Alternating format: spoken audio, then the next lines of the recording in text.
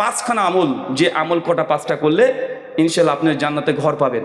এক, সহিহ বুখারী 450 নম্বর হাদিস, নবী বলছেন কোনো ব্যক্তি যদি এই দুনিয়াতে একটা মসজিদ তৈরি করে দেয়, বাইতুল ফিল জান্নাহ, তার জন্য জান্নাতে একটা ঘর আছে। চাচা বলেন তো কি আমল, কি তৈরি করতে হবে? বেলডাঙ্গাতে তো বাবরি হচ্ছে না, জান্নাতে ঘর পেয়ে যাবেন। কেউ যদি দুনিয়াতে একটা মসজিদ তৈরি করে দেয়, বাইতুল ফিল জান্নাহ, জান্নাতে তার জন্য একটা ঘর। মানে আপনার টেনশন করতে, ভাই এই মসজিদ তৈরি করতে 10 লাখ 20 লাখ টাকা খরচ, এত টাকা কোথায় পাবো? এত টাকা দিয়ে মসজিদ তৈরি করতে সম্ভব নয়। শোনেন, নবীর জামানাতে তো চকচকে এত বড় বড় মসজিদ ছিল না। নবীর জামানায় মসজিদ মানে এই মাত্র মাঠের মধ্যে, এই রাস্তার মধ্যে, এই জমির ওপরে খেজুরের বৃক্ষ দিয়ে, খেজুরের পাতা দিয়ে, চতুর্দিক ঘিরে দিয়ে মসজিদ মানে যেখানে নামাজ পড়া হয়, যেখানে সিজদা দেওয়া হয়, ওটা হচ্ছে মসজিদ। পাকা করতে হয়, টাচ দিতে হয়, এমনটা নয়। আপনি যদি মসজিদের জন্য একটা জমিও দিয়ে দেন, ভাই বলতে জান্নাতে ঘর পাবেন কি পাবেন না? ইনশাল্লাহ পাবেন। সুনানে ইবনে মাজাহ হাদিস নাম্বার 738, আল্লাহর নবী সাল্লাল্লাহু আলাইহি ওয়াসাল্লাম তিনি বলছেন, কোন বান্দা যদি দুনিয়াতে একটা পায়রা ঢোপের সমান, পায়রা ডিমের সমান মসজিদ তৈরি করে দেয়, বাইতুল ফিল জান্নাহ। চাচা কিসের সমান বলেন তো? কিসের সমান? পায়রা ডিম, পায়রা ঢোপ। আচ্ছা পায়রা ঢোপের সমান কি মসজিদ তৈরি হয়? পায়রা ঢোপের সমান কি করে মসজিদ কেউ তৈরি করতে পারবে না? আমি এই হাদিস যখন পড়তাম প্রথম যে পায়রা ঢোপের সমান মসজিদ তৈরি করার ব্যাপারটা কি, তো ইমাম ইবনে হাজার আসকালানী রাহিমাহুল্লাহ ফাতুল বারি আলা সহিহ বুখারী 450 নম্বর হাদিসের শরহ করতে গিয়ে বলছেন, আসলে এর হাকিকত এটাই, কেউ যদি মসজিদের জন্য এক মুসাল্লা, একজন ব্যক্তি নামাজ পড়তে পারে, এমনও যদি কেউ মসজিদ তৈরি করে, আসলে নামাজ যদি কায়েম হয়, ইনশাল্লাহ ওই ব্যক্তির জন্য জান্নাতে ঘর আছে। যখন মালয়েশিয়াতে প্রোগ্রামে গিয়েছিলাম, এবং বাংলাদেশে এটা খুব বেশি প্রচলিত, বাংলাদেশে মসজিদ আছে মানে আহলে হাদিস খুব ভালোভাবে যায়, সিলেটে আর তাকওয়া মসজিদ, যে মসজিদকে ভেঙে দিয়েছিল বেদাতিরা, ওই মসজিদ যা সোশ্যাল মিডিয়া অ্যাক্টিভ, তার আপনারা সকলে জানেন, আর তাকওয়া। তো ওই মসজিদ যখন তৈরি করছিল, তো আমার জুমার একটা খুতবা ছিল, হালাকা ছিল, তো গিয়েছিলাম। তো মসজিদের বাইরে লেখা আছে দেখছি এক মুসাল্লা এত টাকা। আমি তখন বুঝতে পারলাম যে এটা কি বুঝাচ্ছে।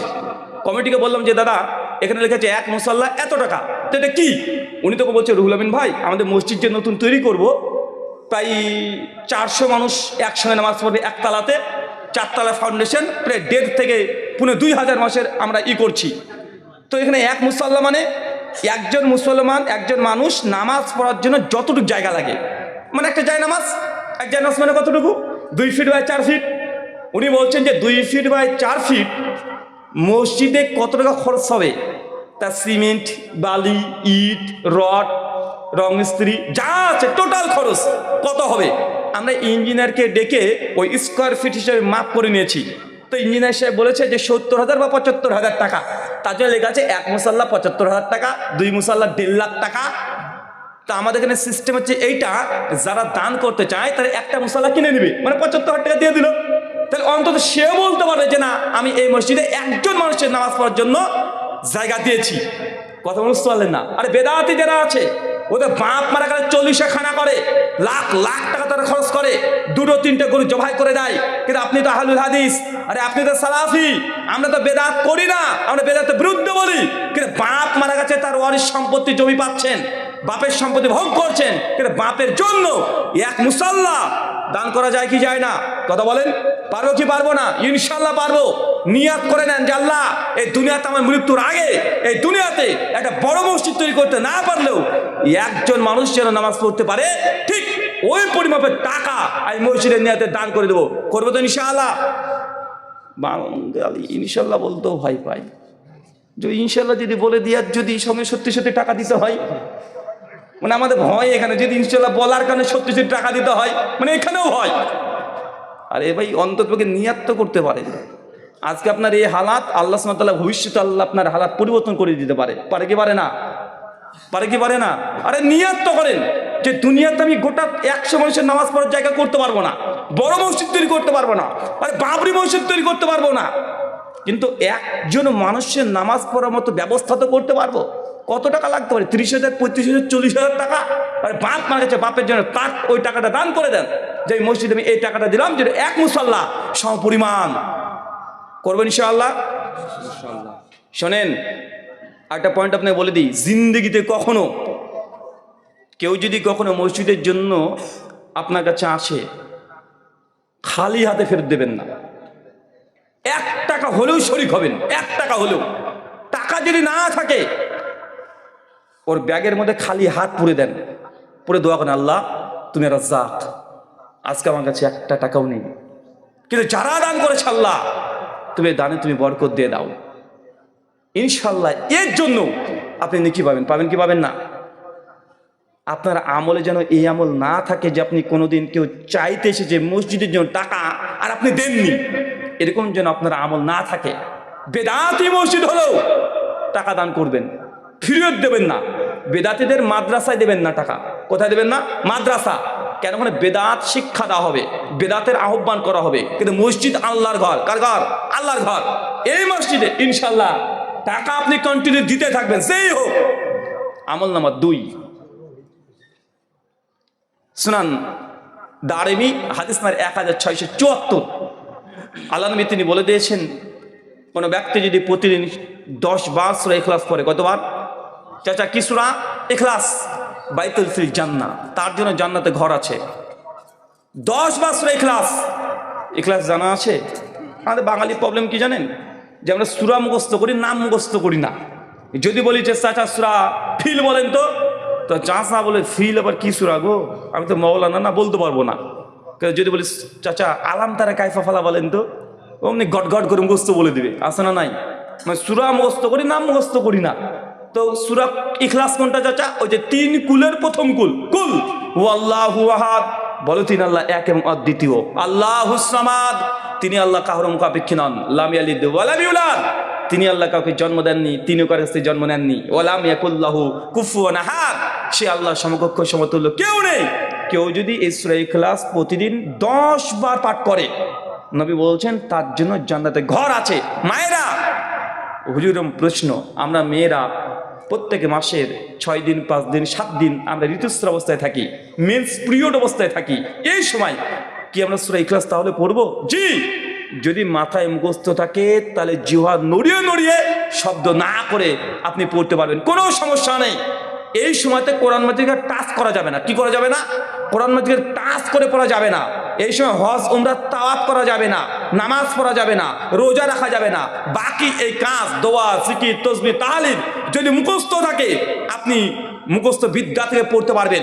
কোরআন মাজিদ কোন স্ক্রিনে ভেসে উঠেছে, দূর থেকে দেখে দেখে পড়তে পারবেন। কথা বুঝতে পারলেন?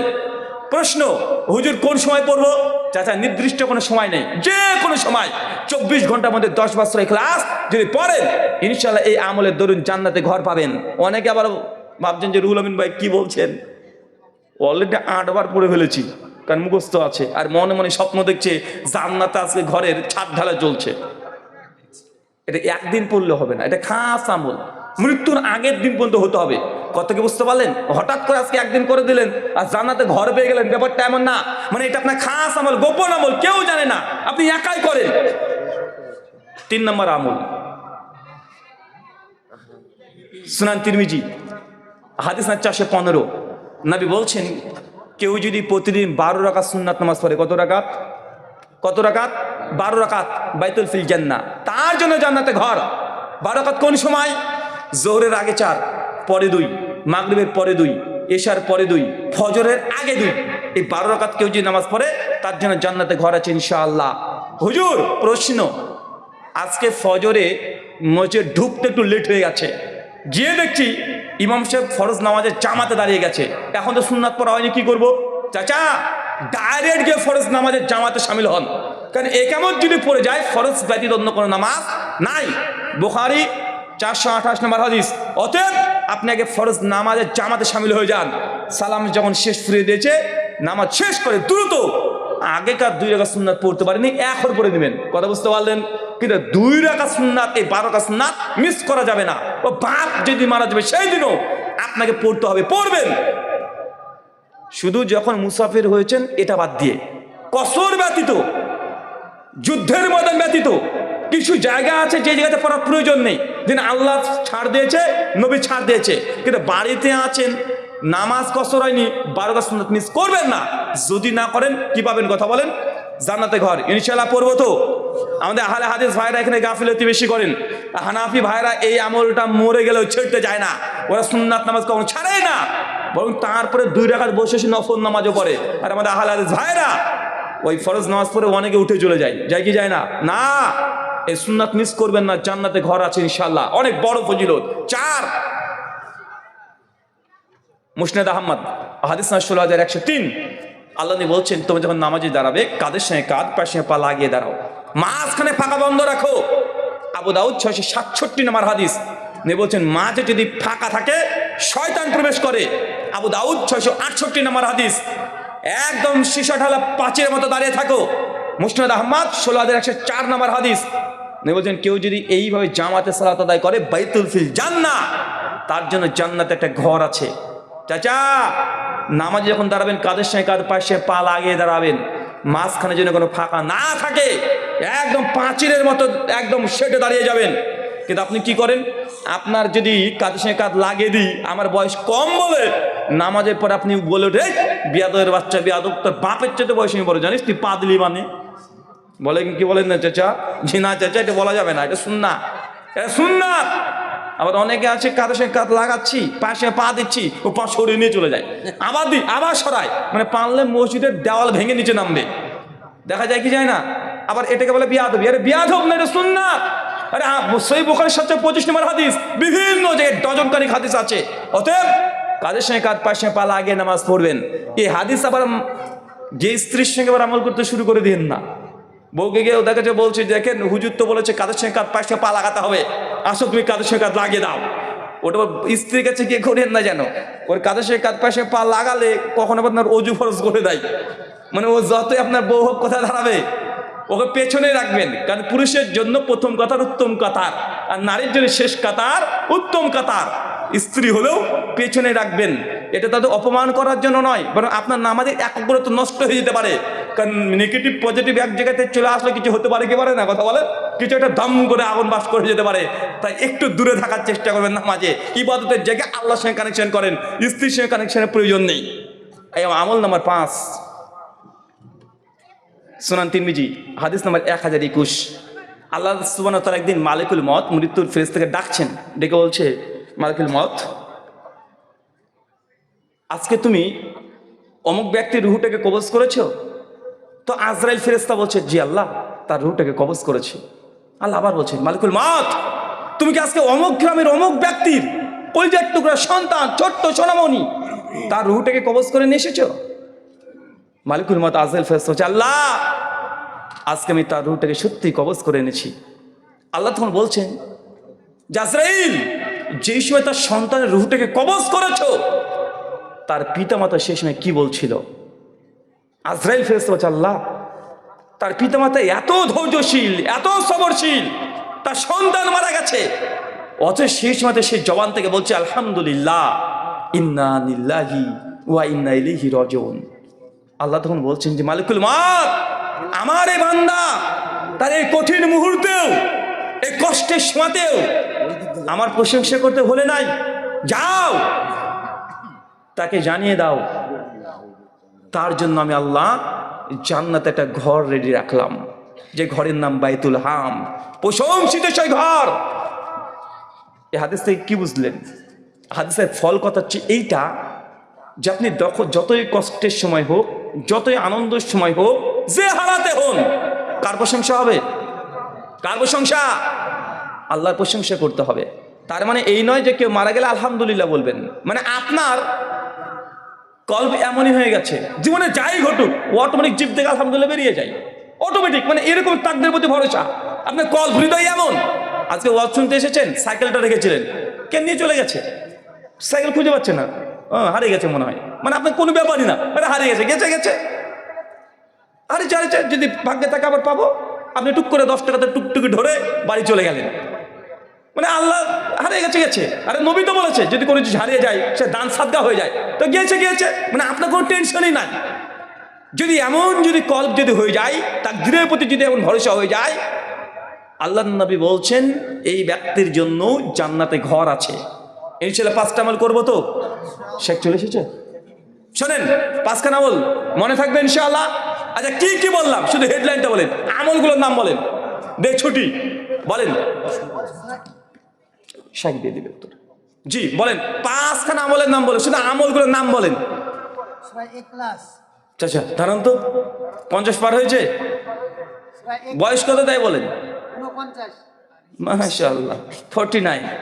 এক কয়বার? 10 বার। মাশাআল্লাহ সূরা ইখলাস 10 বার। এক মুসল্লা মসজিদ, কম পক্ষে মসজিদে যেমন দান মসজিদ তৈরি করা, যদি আপনার অত রিজিক না থাকে অন্তত এক মুসল্লা। 3 12 রাকাত সুন্নাত নামাজ, 12 রাকাত সুন্নাত নামাজ। 4 হবে ইনশাআল্লাহ। ভুলে গেলেন কি? পেটে আসছে মুখে আসছে না? কাউরি বাচ্চা মারা যায় যদি সবর করে, মানে কার বাচ্চা মরলে বলতে হবে ব্যাপারটা এমন না, সবর করে মানে যতই দুঃখ না হোক, যতই কষ্ট হোক, যে কোনো হালাতে আলহামদুলিল্লাহ আলা কুল্লি হাল ফি কুল্লি মাকাম, যে হালাত হোক তার জবান থেকে আলহামদুলিল্লাহ বেরিয়ে আসে। 5 সাইকেল যদি হারিয়ে যায়, আরে বসেন, আরে হয়েছে তো মোটামুটি, আরে একটা মিস্টেক হতে পারে। শোনেন আমি এক লাইনে বলে দিই। 1 মসজিদ তৈরি করা যতটুক সম্ভব ততটুক। 2 12 রাকাত সুন্নাত নামাজ জিন্দেগিতে যেন মিস না হয়। 3 10 বার সূরাতুল ইখলাস মৃত্যুর দিন পর্যন্ত পড়তে হবে। 4 জামাতে যখন দাঁড়াবেন কাঁধের সঙ্গে কাঁধে, পায়ের সঙ্গে পা লাগিয়ে সোজা করে দাঁড়াবেন। 5 যে কোনো হালাতে আল্লাহর প্রশংসা করতে ভুলবো না ইনশাআল্লাহ। এই 5খানা আমল করেন ইনশাআল্লাহ জান্নাতে আপনার জন্য ঘর নিশ্চিত। আল্লাহ সুবহানাহু ওয়া তাআলা তুমি কবুল করে নাও, আমিন। এই বলে আজকের মতো আলোচনা শেষ করলাম। ওয়া মা আলাইনা ইল্লাল বালাগ। আসসালামু আলাইকুম।